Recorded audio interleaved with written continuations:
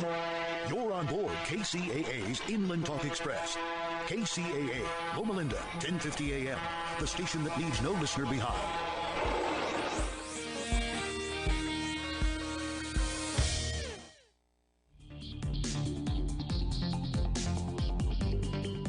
Good afternoon, everyone. This is Dr. Sharon Barnes with the International Wealth Builders radio show here on KCAA. And I want to just welcome you and hope you stay tuned for the entire show. If this is your first time tuning in, let me introduce myself again. I'm Dr. Sharon Barnes. I'm a real estate professional, an ADU specialist, an author, a public speaker, and host of the International Wealth Builders radio show. Here we focus on accessory dwelling units and real estate services. And so I am glad that you stopped by today, and we have an awesome show for you. If you want to learn more about myself and ADU Advantage, the company where we help homeowners leverage property they already own and control by utilizing ADU strategies, you can connect with us on ADU Advantage on the Facebook, LinkedIn, and we also have a book out, Business Divas. It has a chapter in on me and the company to let you know like the struggles and pearls of wisdom that more than 22 women have encountered in building successful businesses. And so it's available on Amazon, so please reach out and get a copy. And if you want a personal autograph copy, connect with me and we can make that happen. So again, today we're going to be talking with General Contractor Arthur Meyer. He is one of the premier contractors in the Inland Empire. And I don't use that loosely. I call him a premier contractor because, number one, he's been able to help me in difficult situations dealing with development projects here in the Inland Empire. He's also built more than 40 accessory dwelling units in the area. And now that we are opening back up in the community, business owners are going out, he is back to building and remodeling commercial and residential projects. And so he is definitely a contractor that you want to know, to have connections with if you're looking to build or develop any type of residential or real estate projects in the Inland Empire. So, Arthur, welcome to the show. Thank you so much for having me. That's one of the best introductions I've ever heard of myself before. That's incredible. I need you with me more often. Well, I'm happy. I'm happy that you've been with me on several occasions, dealing with clients, and the clients that we've shared projects with have given you rave reviews. You've sat there and we've dealt with problems and questions along the way, and I just think it's awesome. And then again, I've had the opportunity to visit several of your project sites and at different stages, and you've helped educate me, more on the construction side and problems and issues, which has helped me help other people. And so that's what we're about, and I'm really trying to let people know the resources that we have in the Inland Empire. As I often say on the show, we have accessory dwelling units and real estate developments going crazy in our surrounding counties in LA, Riverside, not Riverside, San Diego, and Orange County. But Inland Empire has a lot of opportunities and a lot of resources, and I think we're kind of overlooked. So we're trying to take care of that. Sure. And like I said, I am so happy to have the relationship and have you as one of my strategic partners and to have you here today. So I'm going to stop rattling, and I know you're CEO of Green Tech Construction, and if you can tell us a little bit about Green Tech and what makes you different and those type of things, we can get started. Sure. Yeah. I grew up in the construction industry a little bit. I worked for a lot of companies that did a lot of roofing and painting and windows. We were all about making houses more energy efficient. And I've always liked the building aspect, and so I wanted to focus the company more on ground up building because my dream and goal was always to get into real estate development, to Right. build on an existing property or take raw land and develop it from the ground up. So I wanted to learn all the ins and outs of going from piece of land to building up. What are the challenges you face, and what are the things you really need to look for? And really, you have to understand California business and profession codes and laws, so you know exactly what to do and what to look for. Exactly. Yeah. Exactly. So we've done numerous projects. Me personally, I always love challenges. You know, That's a good thing in you this know, it industry. causes. That's why I got some gray hair going here. You know, it causes some gray and some stress. But I've always been excited to try new things. We've done some exciting things. We've built elevators in residential houses for retired veterans. If you guys are ever in the Rancho Cucamonga area and you go to Menorah Thai Massage, we built the entire inside of that from ground up of the cavities. We've, you know, as we talked before the show, you know, we're turning an old rackety 1900 old building to a modern coffee shop. And That's great. if you guys get to go to Paul Martin's ever, great restaurant. We're on the finishing touches of an extension out in the back of the restaurant. So Oh, that's awesome. when someone says, "Hey, is there something new and challenging? Do you want to do it?" I'm always first in line. Say, hey, "I'll try it." You know. That's great, and I think we've been on a couple of those. Oh yeah. Yeah. So let's talk a little bit. We have a few minutes here in the first segment. I want to talk a little bit about the accessory dwelling units, and Sure. you talk about the challenging and different things, and we've gotten calls from some people who have these nice sized lots, maybe an acre up to 5 acres is typical in the Inland Empire. And now with SB 10 and SB 9, they want to do basically a small development, you know, to see how they call and say, how can we maximize this lot? How many units can we get on here? And so we've heard that, you know, different strategies and phases, we can probably get up to 8 if we subdivide. But can you talk about some of the challenges with that and maybe some memorable lessons from that we need to be aware of? Memorable and nightmares. I got both. when we're trying to, you know, develop lots and get maximum living spaces on them? Yeah, I mean, obviously, I think a lot of people, unless you're living under a rock, understand that one of the biggest problems we have right now is living conditions. Yes. There's not enough living spaces for people.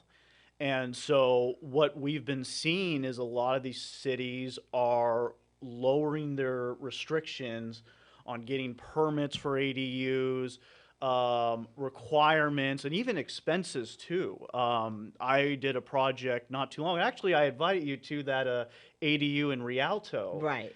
And as an example, the original development fee for that was going to be $10,000 for the client. Right. Well, now that these ADU laws passed, they just said, you know what, we're going to forego this. We're going to make the cost a little bit better. Actually, in this case, a lot better. They basically forgoed that $10,000 development fee so he could build a detached, or actually it was an attached ADU to the house. So we're starting to see a lot of looser guidelines, and you know they're reviewing plans much faster with ADUs. We notice. Yeah. They tend to get in the front row when you're adding living spaces. So we do see that trend a lot more in cities.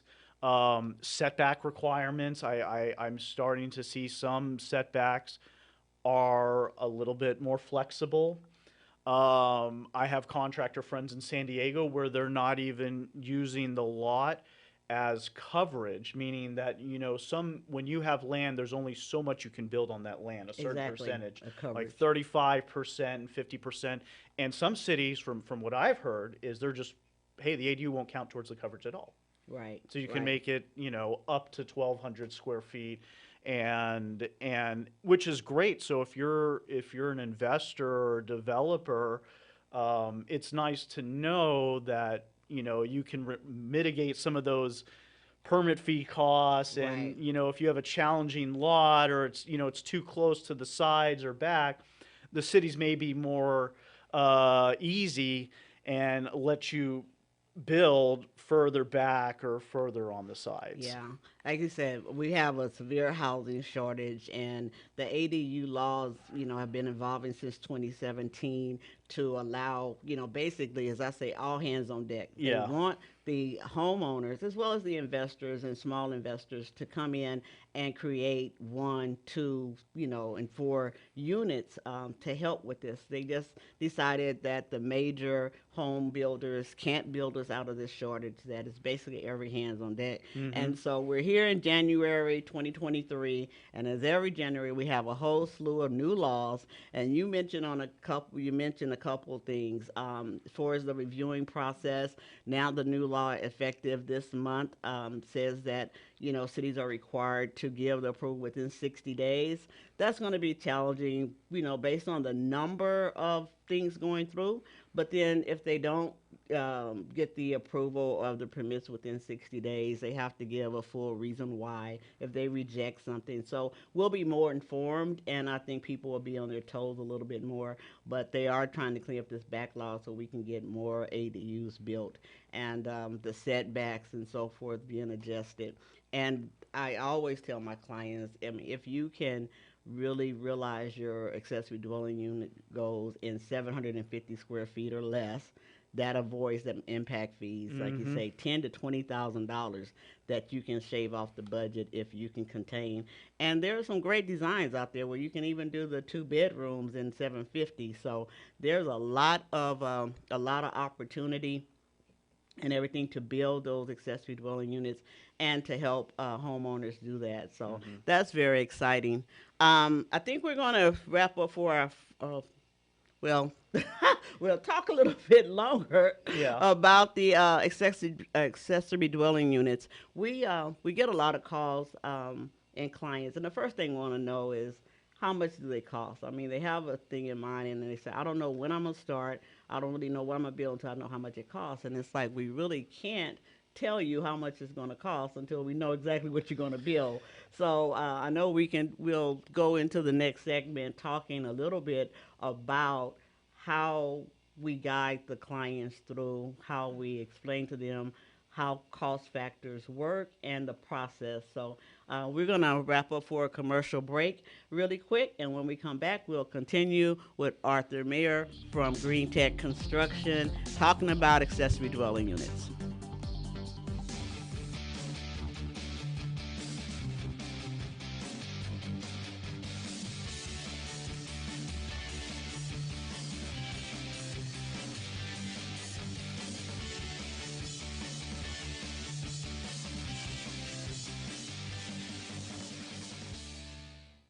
FireUp Connect is the most innovative business networking group, supporting and collaborating with a dozen of small businesses that are interested in building and establishing strong business connections, hosting educational live seminars while carrying out business and community-driven projects, as well as marketing programs as a part of its membership program.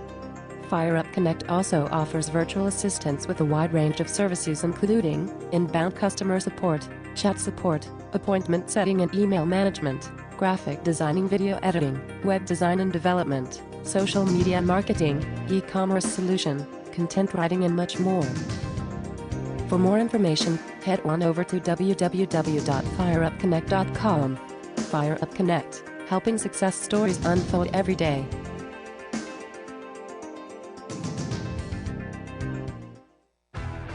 Real Men of Real Estate. Men of Real Estate radio show here on KCAA. Boats, mortgages can be purchased. All of us want to live in thriving communities. Basically go to the radio station kcaaradio.com. You can find us on your dial at 102.3 FM, 1050 AM, as well as 106.5 FM.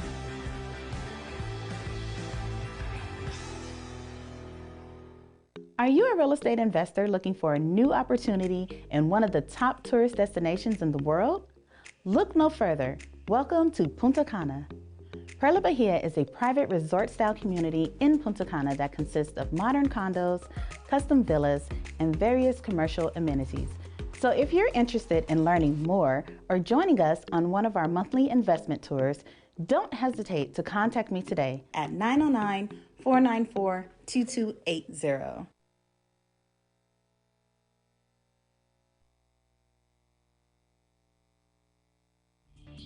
motorized.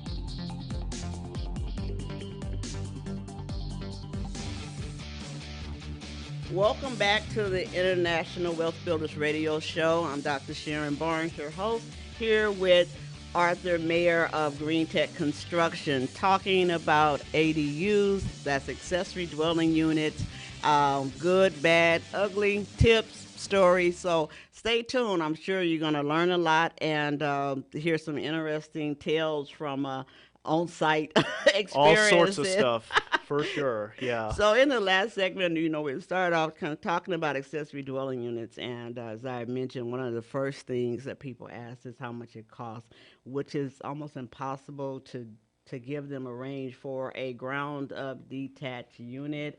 There's so many factors that come into it.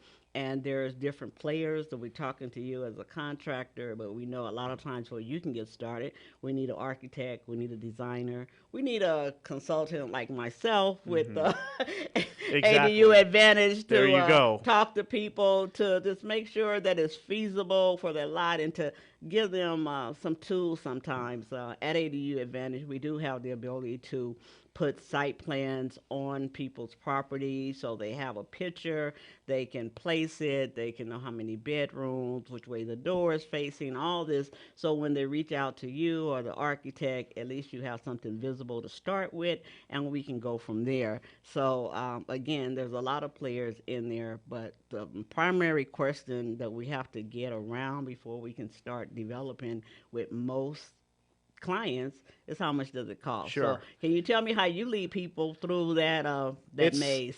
it's the big mystery question, right? How much is this going to cost me? And I hate to say obviously the worst answer I can give is it depends. Right.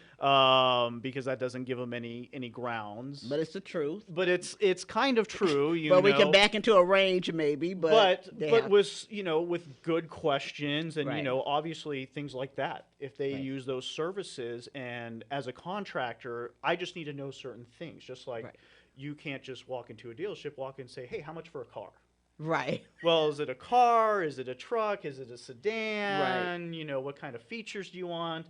Once you get that information, right. Okay, here, now I can give you the price of a car. Right. One thing that comes down to a lot of cost is what are you going to put in the ADU? What type of flooring you're going to put? Is it a tub bathroom or is it a tile shower? Right. Are you putting crown molding, baseboards?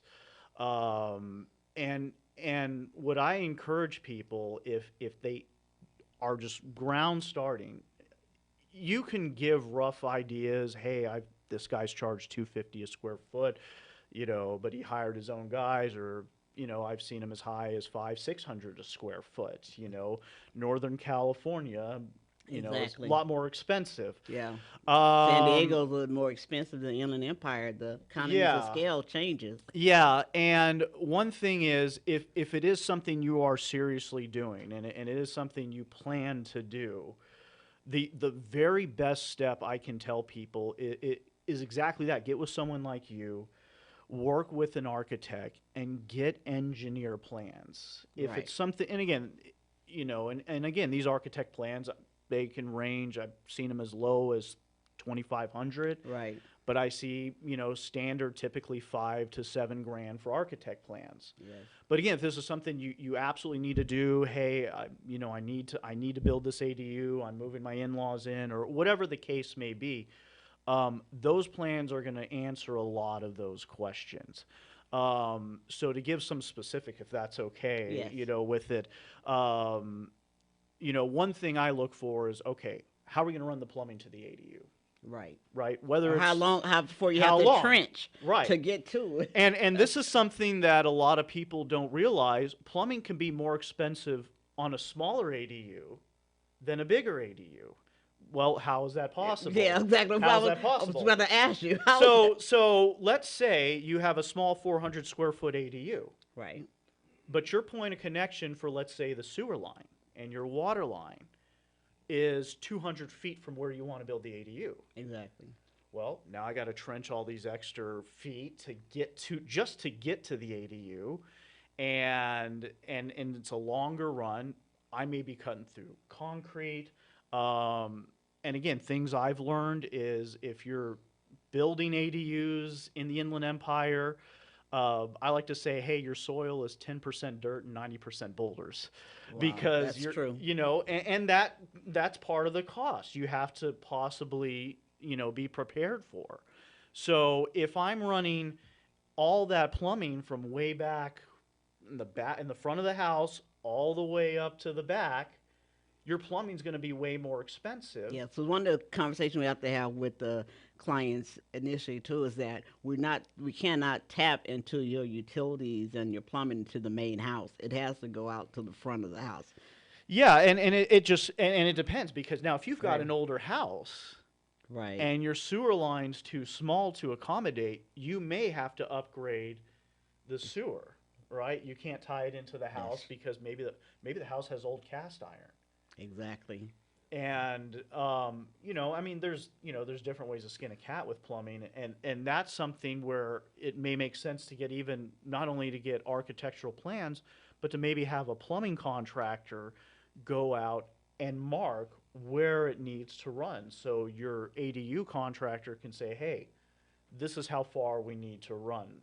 Now I'm just talking about plumbing, and again, depends what you have. I've seen some people that want a rain head for their shower. Right. Well, that's extra plumbing to add the rain head. Or I built an ADU in Fontana. He wanted 2 shower heads on both sides of the wall and a rain head. Wow. So you're adding on more plumbing than maybe just someone that just wants a tub. Right. And again, when I talk to clients, sometimes it's kind of, what the intent is. If it's, because that 2 shower heads plus the rain shower sounds like a luxury development that maybe the homeowner is going to move in himself and rent out the older house or whatever. But, we do a standard if we're talking about renting to college students or, mid-range if it's to a parent. So, those decisions all come down, to cost. Yeah. But I wanted to ask you, too, so you mentioned the soil and about the dirt and the rocks. When does soil testing come in? When would you advise it? So the main thing you have to do, so really the only thing you have to do before you dig is do a dig alert. Okay. And dig alert is a free service, and what they do is they just mark out lines to make sure, this is where electric is or cable or things like that, and they color code where they mark their lines. So the utility companies come out, they spray paint, and that's pretty much it. Okay. But you could hire someone to do a soil report if you want to see what type of soil you have. Or if you're dealing with liquefaction or something else shows up. Yeah. Or slopes or on the hillside. And if that's something you really want to do, you can. Typically, we haven't had to do that. Okay. Once Dig Alert comes out and it say, hey, just don't hit this line here, don't hit this slide here, this is your point, you can go, that's pretty much all that's needed. And like I said, if your kitchen, hey, you want an island, like an extra sink on an island, you can do that on a smaller ADU. You don't have to do it on a 1,200 square foot ADU. You can do it on a 400 square foot ADU. But now your plumbing costs on that 400 square foot ADU is going to be more expensive than probably the 1,200 square foot ADU. Even though the ADU is bigger, right, you're adding more fixtures, more plumbing services. Exactly. So those are some detailed things that you really want answered if you really want a fine, detailed price on building your ADU. And again, it's things like looking at let's talk about electrical. You look at your existing panel box. Right. Sometimes there's not enough slots for your ADU. You got to upgrade the main panel. And then a lot of them now are asking for sub-panels in the ADUs as well. So that allows them to get, as the sub-panel's the one that allows them to get separate utility bills or to separate out. Yeah, that's something. Rentals. Yeah, that's something you could talk on how to get if you want separate meters. Right. You can call the utility companies and they can determine, hey, this is what you need to do to get separate metering. But yeah, separate metering does cost more. So Right. that's something, if you want separate metering, then that's something you'll have to consider. Some cities do require that the ADU itself has a separate address. So if you live at 1234 Smart Street, Right. the ADU would maybe be 1234.5 Smart Street. Okay. So, and again, that's probably a public works thing. Sometimes they charge for that. I know the city of Corona does. Okay. And What about Riverside? Is that a requirement? Because I know we have a couple of projects over there, and they've gotten separate addresses, but I don't know if it's a requirement or it's been a request of investors. I'm trying to remember if Riverside requires it. And one thing I always tell people to do a lot of times, like, hey, can I do this? Can I do that? A lot of times those questions are answered by calling the city. Call your local city's planning department, talk to a permit tech, and tell them, hey, do I need a separate address? Because it all depends. Rancho, you don't need a separate address. Right. You can just build a detached ADU and it doesn't require a separate address. Corona, unless they've changed their guidelines recently, they do. And you have to actually pay a pretty significant fee where they go through Public Works and then they change it to a separate address. Right. Now I know we have a few minutes left, and we've been talking. I know that they're making a different distinction between SB 9 units and accessory dwelling units. And if you eyeball them, they look the same, okay? And we'll talk about this in the next segment as well. But they look the same, but some of the financing options are different. If they're SB 9, I believe you can get credit for the rental income like right away. If they're just ADUs, then it's a 24 month before they're considered rental and that type of thing. And some of that SB 9 requires that separate utility, a separate number. Have you had any experience with that? And really introducing like the financing, because I know that your company has experience with helping people get financed. Yeah, and financing is a big part of our company, and I know it helps a lot of clients out. In terms of the SB 9, what's the city requiring? A lot, and we actually went to the city of Redlands, I think, recently. We went together, yeah. And you kind of heard their answer. Well, we don't really know, but just submit it, and we'll kind of, and then our community development department will kind of review it. Based on the first application, we will develop the process. Exactly. So I think right now, and I think there's a lot of cities like that. Now that these laws have passed, I'm sure some probably have developed guidelines and say, okay, well, under SB 9, you're going to have a separate meter, and this is the way we want you to build it. And under regular guidelines, it's not required. Exactly. But as we experienced, it's something they're just kind of developing in the process. Right. So it'll be interesting to see. In terms of the financing, that's a really great thing, and that's really important to a lot of clients, is how am I going to pay for this? Right. So we've established partners with certain lenders and unique types of financing to help funnel up to 100% of the building cost of their ADUs, including the architectural plans as well, and consulting and everything. Yeah, they can tie it into the loan. Yep. Okay. There's different programs that you can utilize your house equity if you wanted to. Right.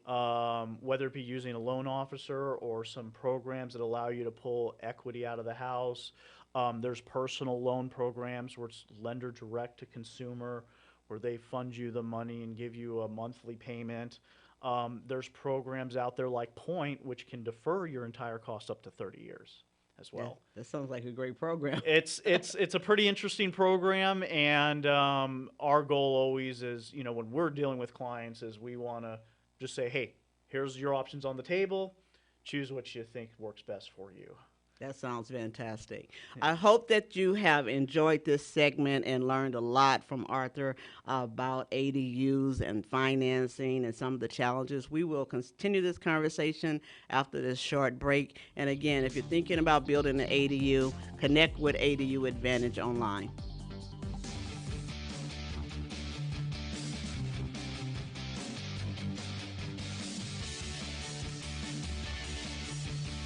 FireUp Connect is the most innovative business networking group, supporting and collaborating with a dozen of small businesses that are interested in building and establishing strong business connections, hosting educational live seminars while carrying out business and community-driven projects, as well as marketing programs as a part of its membership program.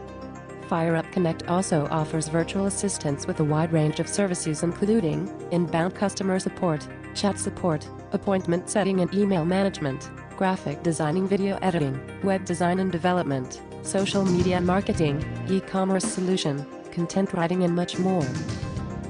For more information, head on over to www.fireupconnect.com. FireUp Connect, helping success stories unfold every day.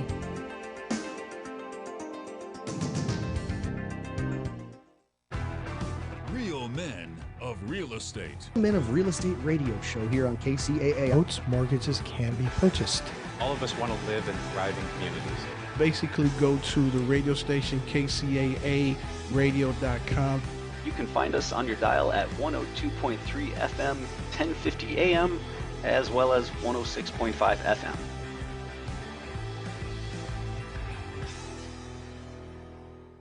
Are you a real estate investor looking for a new opportunity in one of the top tourist destinations in the world? Look no further. Welcome to Punta Cana. Perla Bahia is a private resort-style community in Punta Cana that consists of modern condos, custom villas, and various commercial amenities. So if you're interested in learning more or joining us on one of our monthly investment tours, don't hesitate to contact me today at 909-494-2280.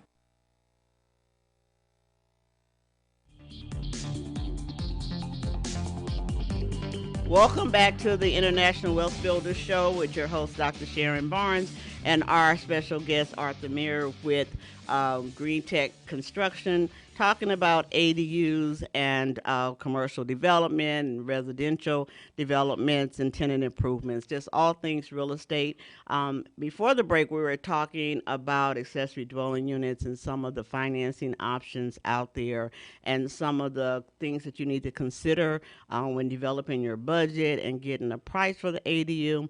And I want to kind of continue that conversation. We've been really referring to ground-up construction. I think in the first segment, we mentioned a couple projects you had where it was a garage conversion, and we know that accessory dwelling units can be conversions of garages, detached or attached garages, ground-up construction, detached or attached, and it can also be modular. And so I want to just mention when we were talking about connecting the sewer lines and utilities and addresses and different things, I want to just have you just talk a little bit about modular, because I think one of the first projects we went out together to talk to clients about was modular. Mm-hmm. And, you know, we did the measurements, we looked at the trenching, that we were going to have to tear up concrete, how far we were going to have to run it. And a lot of people think they can buy the modular units and then plop it down on the ground. Okay, that's not an ADU. We have to do the infrastructures per se. Yep. And it has to fit like a glove. So can you talk a little bit about the modular? What's interesting is I've actually got to visit 3 tiny home companies personally. So because I was very interested in how these modular homes are standing up to, like, let's say, a stick build home. Right. And you know, from what I saw personally, it's no different than stick building an ADU. At least the good ones. And the good ones cost, you know, just about as much, I saw, versus constructing your own. The biggest challenge, and again, I'm not against modular homes. If you see one you like and you like the price and the city permits it, go get yourself a modular home. I think the biggest challenge with modular homes is, number one, yes, you still have to do the foundation work. Exactly. You still have to run your plumbing there, your electrical, and you know, you got to have your concrete foundation so it can secure onto a permanent piece of land. Exactly. But a lot of these modular homes that I'm seeing, they're built one specific way, and one thing you got to realize is some local cities may not allow the way it's going to be built. So, for example, If you're in a community where a lot of the houses are tile roofed, they may require that, you know, it's synthesized with the rest of the community, and that house has to have a tile roof as well. So if the tiny homes that you're purchasing don't have that as an option, Exactly. is it going to get approved by the city? And that's challenging. So if this tiny home community or, you know, modular home community builds this, and it doesn't confine to the local jurisdiction, I can see it could be a little bit of a challenge. Exactly. And we know that, like you said, the cities are requiring the ADU units to match the home. So stucco to stucco and roof, and we want to have the ADU look like it's related. And at ADU Advantage, you know, I do have some strategic partners that are doing modular, and they can accommodate to make it look, you know, Sure. like the existing home, Yeah. and up to the 1,200 square feet or even larger. But again, when it comes down, whether it's stick built, garage conversion, or modular, you have to have the right team in place. You have to ask the basic questions and know what you're getting, because eyeballing you know, just to look at a modular versus a mobile versus a park model, they all look the same, but they're built to different standards. And when you put them on your property, if it's allowed, it's going to be appraised at differently. So you really need to get some preliminary answers. And so modular is a great way if the convenience factor that is built in the factory and then delivered to your home, you know, partially done and connected there, versus having stick build construction going on for 6 to 7 months on your property. Okay, I mean, it's if an that inconvenience yeah, sometimes for sure. if that makes Yeah. a difference, I mean, there are just options where modular works, but you have to have the right modular company, you have to have the right contractor and team to do the ground up construction. So either way, it's a lot of fact finding to getting your information, you know, before it's too late to get it up front. And again, I'm not. There's pros of modular homes that are great in certain situations, but it's just something you have to be cognizant of. Exactly. So you know, hey, does it make more sense to get a modular home here, or do based on city requirements or based on my requirements? Maybe I want the layout a little bit different, and the modular home company doesn't have that specific. It may make more sense to go the contractor route, Right. and that's up to the person. And to one decide. one of the biggest problems are issues that I see that kind of determines when the clients are on the fence as to whether to go modular or stick built, is access to the backyard. I mean, it is just really that sometimes you can get a ground up construction because you got that 4 or 5 feet on the side of the house, and you can get the backhoe there, you can get the supplies back. If you go modular, I mean, they have to come over your house. You have crane plus freight and different things like that. And so sometimes the access to the rear of the property or the location for the ADU can be the determining factor. But again, we're here to get the information so that we can get the ADU to be a reality and complete it. Now, I don't know about you, but I've come across several people that didn't get the consultation from somebody like me. They did not get the architect or the contractor right in the beginning, and they end up with the ADU that's 75% complete, and they're out of money with no financing options. So can you tell us something about the project control that you have to look to make sure you stay on budget, and that from beginning to completion we can walk this process out? That's actually a really good question. And actually, I'd say 20% of people that call our company have called and said, hey, I can't get a hold of this contractor anymore. And the first thing I see is, okay, let me see your contract. And I'd say 9 out of 10 times, I think he priced it way too low. Exactly. And they run out of money. And, you know, I have to admit, one of the best ways I've learned in this industry is just jump in. But hopefully with this between us right now helps people avoid some of those pitfalls that we've run into. But there's really strict codes, at least from contractor to homeowner or contractor to customer relationship. That definitely protects people from giving the contractor money and the contractor running out of money. I'll just name a few of them. Like, so for example, they can only take a deposit of 10% or $1,000, whichever's less, Right. which in almost every case is going to be $1,000. And this is stuff I write about too, because I'm part of ADU forums and things like that, and I want to educate people too. A contractor can't ask for money for services that haven't been rendered yet. So That's good to know. I don't think that's common knowledge. it's not common knowledge because, you know, you can go in any other state and, you know, you go to a state like, I don't know, Texas. Right. Contractor can ask for 50% up front, and it's perfectly legal. Right. I believe. I mean, I'm not an expert on Texas, but from the contractors I know over there, that's what they're doing. And again, we have to watch out because we have a lot of people that go to YouTube University and they pick up information that maybe is good in Texas or New York, but Yeah. it doesn't apply in California, and we don't sift our Yeah. information that closely sometimes. Yeah, so the laws are pretty clear that a contractor cannot get paid prior to services being rendered, and a contractor can't get paid for materials until those materials have been delivered on a job site. So, for example, I can't go to you and say, hey, we're ready to frame. Give me $30,000 so I can go buy lumber and get it delivered. I have to physically, if it's within the contract, deliver the lumber on the job site. Once it's delivered, then I say, hey, I paid for your materials. Then I can collect a draw.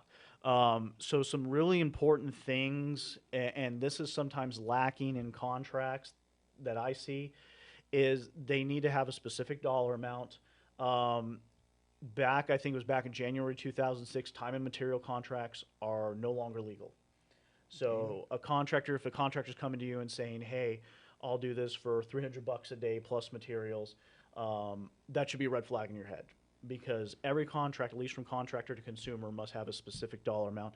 And what I recommend to people, even if you're just an investor or consumer, whatever you may be, you want to have clear documentation of how much you pay people and when you pay people specifically.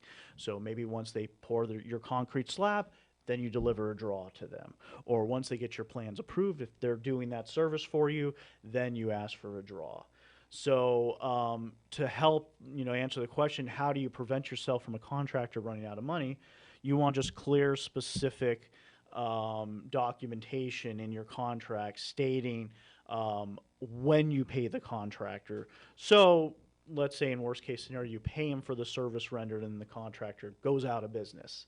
Right. Well, at least you're not technically out of money. You just paid for the service you used, and you have the ability to hire another contractor to take over and finish the job if it happens to go that route. Yeah, which is really important. It comes to mind like one client that I met with, and she was like, where were you in the beginning? Because she had, this ADU, this 80% completed, but she needed more money. She was trying to get the $40,000 grant to kind of help with things.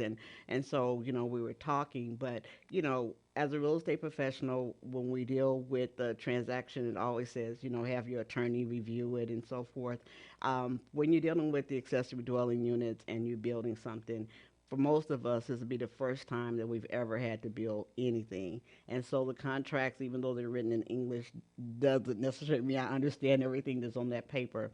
And that's where, as a consultant like myself with more than 25 years as an attorney, that's a value-added service where I can read it. Yeah. I have a lot of clients, even with their drawings, that submit the drawings or proposals to me to see, can I pull out things like in the last package, it was like $30,000 worth of little details in the proposal that it could cost my client, and they hadn't picked up that those little sentences equal dollars to them. Right. So it's important to get people to review and to get your team together before you start spending money. And that's what makes your service really good, is because there's some things that people may not think of. Like, for example, like a material budget. Right. Well, let's talk about how much you have a material budget for your flooring. Or, hey, do you want your contractor to put in shelves for your closet or clothes poles? Or did he include it did he even include in the proposal? Was it even discussed? Things like that. The type of tile, the size of the tile, and that's where a very valuable service like you can provide, And that's something that, and you would hope a contractor would do that, but, and then when things are up in the air, then it becomes he said, she said. Exactly. And then you don't want that stress and headache. And so Exactly. that's something that's also very important. Like, hey, what type of tub? What's my budget for the tub? Right. What's my budget for the tile and things like that. Right. Yeah, it's very important. We're going to take another break. I'm hoping that you're enjoying the show and learning a lot about accessory dwelling units. We will come back and continue our conversation shortly.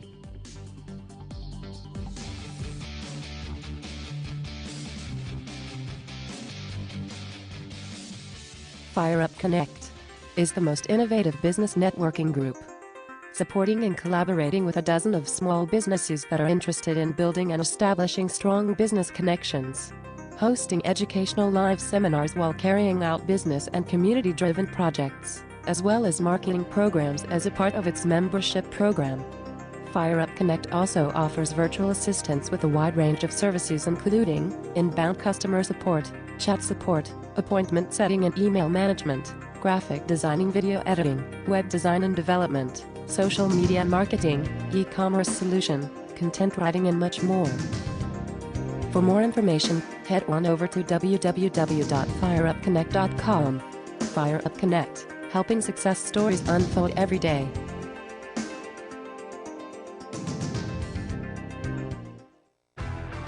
Real men of real estate. Men of Real Estate radio show here on KCAA. Boats, mortgages can be purchased. All of us want to live in thriving communities. Basically, go to the radio station kcaaradio.com. You can find us on your dial at 102.3 FM, 1050 AM, as well as 106.5 FM.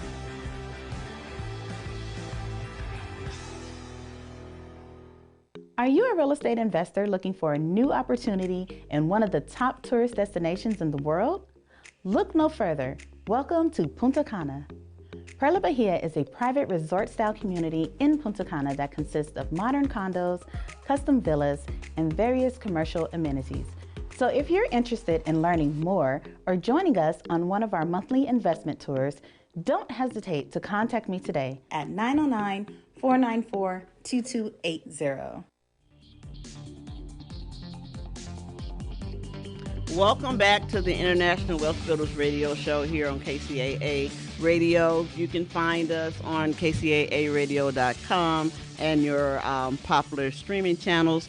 We are here with Arthur Mayer from Green Tech Construction talking about ADUs, and we're going to continue our conversation, hopefully to give you some valuable information on how you can start your ADU, making it a reality, putting together your team, the things that you need to consider to make sure that you end up with a completed project with less headaches and stress as possible. So Arthur, again, we were talking about the different things that can be included in the ADU proposal, things they need to watch out for.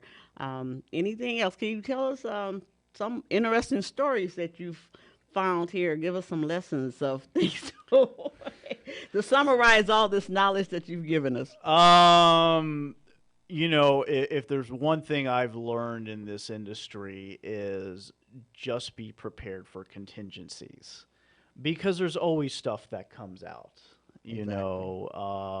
Maybe a line gets hit while you're trenching, or you find out, the way the plans are drawn or how you're tying into the existing house is just not working out, or you want to make changes. I think what's really important for people is when they're budgeting for an ADU to have a contingency.